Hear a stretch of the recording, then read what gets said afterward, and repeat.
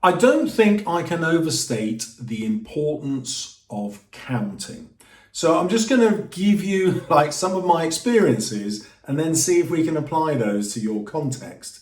So let's just start with wandering into a lesson. I take lots of heads of departments and teachers round a lesson and they always form impressions, but I no longer ask for impressions. I now ask for them to count. So let's imagine students start off the lesson with a do now activity, some kind of retrieval practice. I'll ask the teacher to go round and count how many students have answered nothing at all, or count how many incomplete questions there are across the room. And I'll go and do the same count. It's not always exactly precise. We'll compare notes. That number will give us a very good indication of how far the learning is going in that classroom, whether the routines are there for students to opt out or whether it's kind of compulsory for them to opt into learning.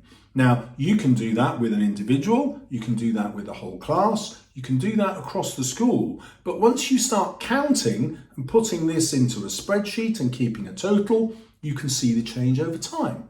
You can see the impact of your efforts to change and whether those are succeeding or not. Once you start counting, you automatically build in improvement because the numbers will jump out at you and you'll say to yourself, well, how many questions can I afford to let students miss out? Is it one? Is it two? Is it none? And then that will become your key performance indicator. You'll say, well, I can't afford to have a kid miss more than 2 questions. There's another reason for that.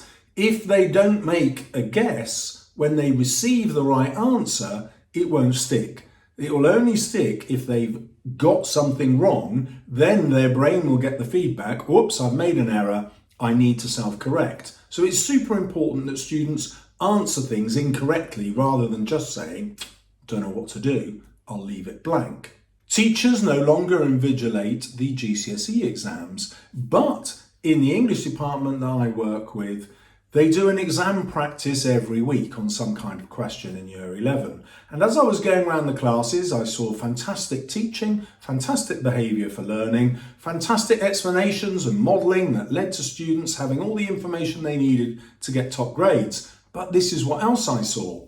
Most students had an inner mental map that said, once I've written 2 pages, I've written enough. Some would take all lesson to get there and stretch it out, not deliberately, it would just be that kind of internal conversation that was going on in their head. So the solution to this was to start league tabling the lines that students had written.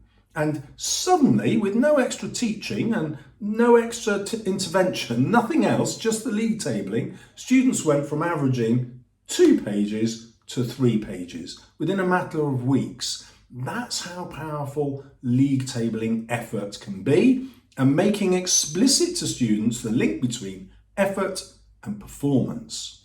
Another key thing to count is how much better you're getting over time. So it's really important to give the biggest quiz that you possibly can at a certain point. You're like, that's your baseline, and then to give the same quiz later on. And then students and you will be able to see improvement. Count every single bit of knowledge that the kids have by quizzing as many of them as you possibly can in your time limit. A typical thing I'll do during student voice is I'll sit down with the students, let's say I've got 6, and I'll say to them, show me your longest bit of writing. And they flick through and they find that long bit of writing and we count how many lines it is. And then I'll say to them, what's the longest bit of writing you think you did in year 6? And often I'll be talking to year 8 and 9 students and they'll tell me that they did longer bits of writing in year 6. In other words, their teachers were more ambitious for them in terms of volume and effort then. Now, teachers don't understand this until they ask that question and start counting. Another thing to do is look at your books and count how much students are writing in their 20 minutes or 10 minutes or whatever you're giving them. And look at those numbers over time. You will notice patterns. Girls write more than boys. Why? The boys are probably still just as well behaved, but they have these learning behaviours which are hidden because they're not disrupting the lesson, but nevertheless are constant, that force them to do less. Once you start counting and making those numbers obvious to the kids, they will suddenly improve.